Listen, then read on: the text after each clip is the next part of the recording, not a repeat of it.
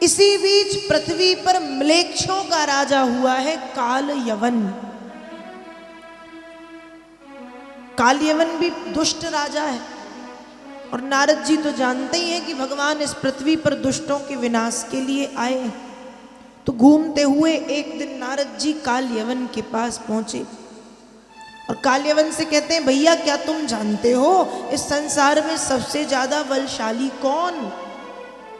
काल यवन कहता, कौन नारद जी? नारद जी कहते, तुम बड़े बलशाली हो। अब देखो इस दुनिया में यदि मिठाई से, चीनी से, गुड़ से, रसगुल्ले से, खीर से भी ज्यादा कुछ मीठा है तो उसको कहते हैं व्यक्ति की तारीफ, व्यक्ति की प्रशंसा। आप बस प्रशंसा कर दो किसी की तो फिर चाय पिलाने की, पानी पिलाने की, शरबत पिलाने की, मिठाई खिलाने की, खीर खिलाने की, रसगुल्ला खिलाने की जरूरत नहीं है। बस तारीफ कर दो। बस तारीफ सुन के ही कोई भी व्यक्ति गुब्बारे के जैसे फूल जाता है। तो नारद जी ने भी तारीफ कर दी कि भैया तुम तो बड़े बलशाली हो, तुमसे बड़ा बलशाली मैंने दुनिया में कोई नहीं देखा। काल यवन खुश होता गया।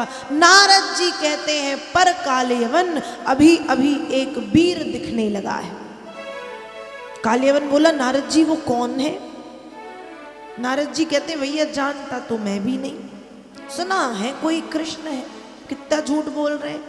कहते जानता नहीं, दिन रात बीणा लेके उन्हीं का नाम गाते रहते हैं और कह रहे जानता तो मैं भी नहीं, सुना है उसका नाम है कृष्ण। और नारद जी ने बता दिया कि मैंने सुना है मथुरा में रहता है, ऐसे ऐसे दिखता है। देखो काल यवन की भगवान से कोई शत्रुता नहीं है, पर काल यवन को ये जब पता चला कि कृष्ण हमसे ज्यादा बलवान है, शक्तिशाली है, ताकतवर है, तो एक ये सामान्य सभी का स्वभाव रहता है कि दूसरों की उन्नति को देख के लोग जलते हैं। और काल यवन का भी वही हाल है।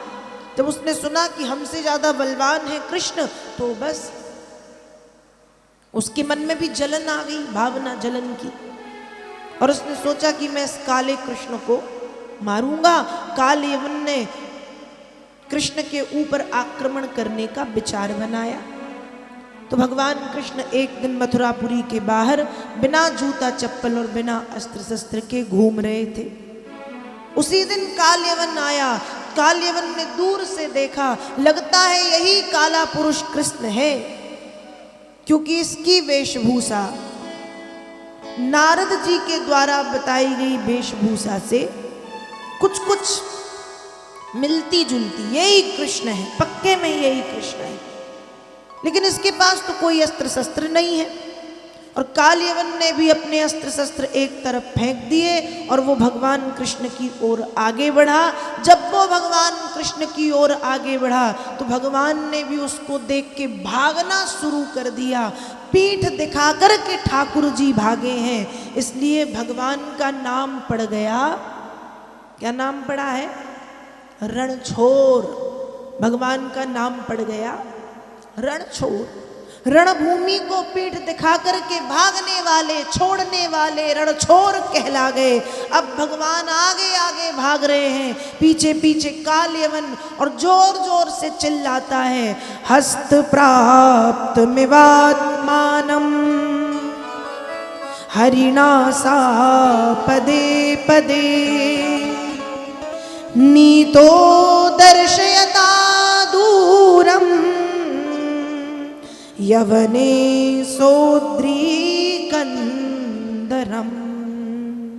काल यवन पग पग पर चिल्लाता है, हस्त प्राप्त मिवात्मानम हरिणा सा पदे पदे। अरे कृष्ण रुक जाओ, रुक जाओ, रुक जाओ, तुम परम यशस्वी यदुवंश में उत्पन्न हुए हो, इस तरह से तुम्हारा भागना उचित नहीं है, रुक जाओ। पर भगवान तो लीला कर रहे हैं, इसलिए उसकी कहने का कोई असर नहीं हो रहा। भागते जा रहे हैं, भागते जा रहे हैं, कभी बहुत दूर दिखाई देते, कभी बिल्कुल पास में दिखाई देते, कभी इसको लगता पकड़ लूंगा, लेकिन जैसे ही पकड़ने के लिए हाथ आगे बढ़ाता भगवान दूर दिखते। और उस गंधमादन पर्वत की गुफा में भगवान के परम भक्त श्री मुचकुंद जी महाराज विश्राम कर रहे थे। भगवान ने अपना पीतांबर मुचकुंद को उड़ाया और स्वयं छिप गए। अब काल्यवन आया, उसने देखा कोई सो रहा है, उसे लगा कृष्ण ही है, क्योंकि पीतांबर कृष्ण का, कद काठी वैसे ही है पीतांबर भगवान का, उसे लगा ये कृष्ण ही है। तो काल्यवन कहता है, अरे कृष्ण, तुम सोच रहे होगे, तुम विचार कर रहे होगे कि आज काल्यवन तुमको छोड़ देगा, क्योंकि सोते हुए शत्रु पर प्रहार नहीं किया जाता।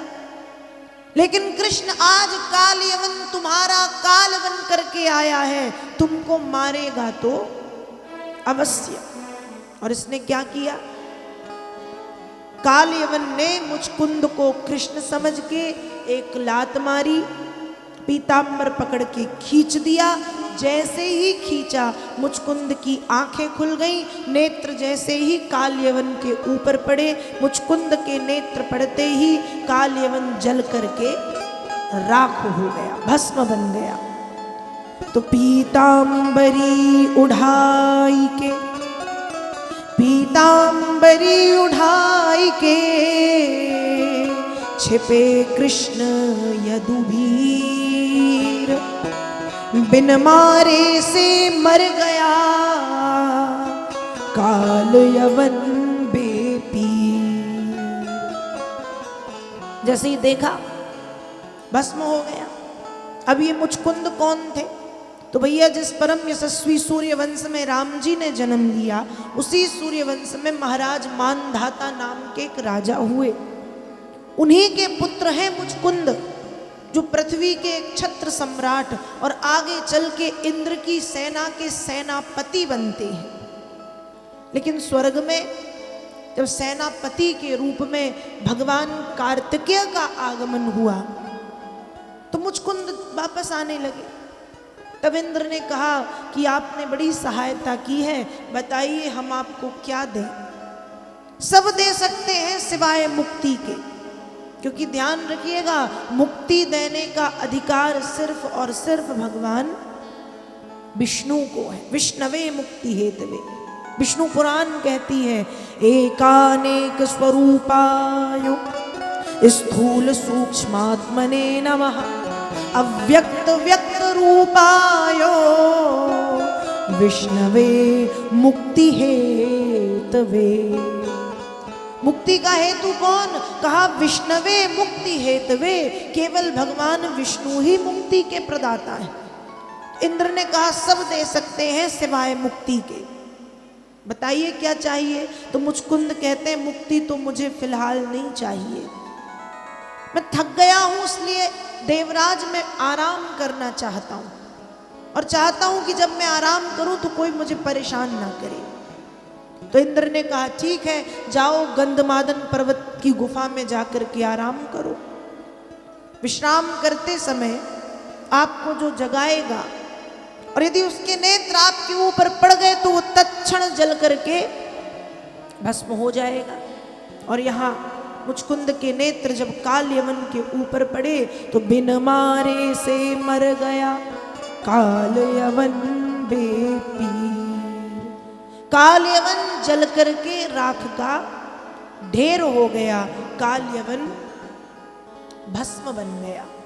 काल्यवन की मृत्यु हुई, काल्यवन मृत्यु को प्राप्त हुआ। यहाँ भगवान ने मुचकुंद को अपने सौम्य स्वरूप का दर्शन करा के गंधमादन पर्वत से लौट आए।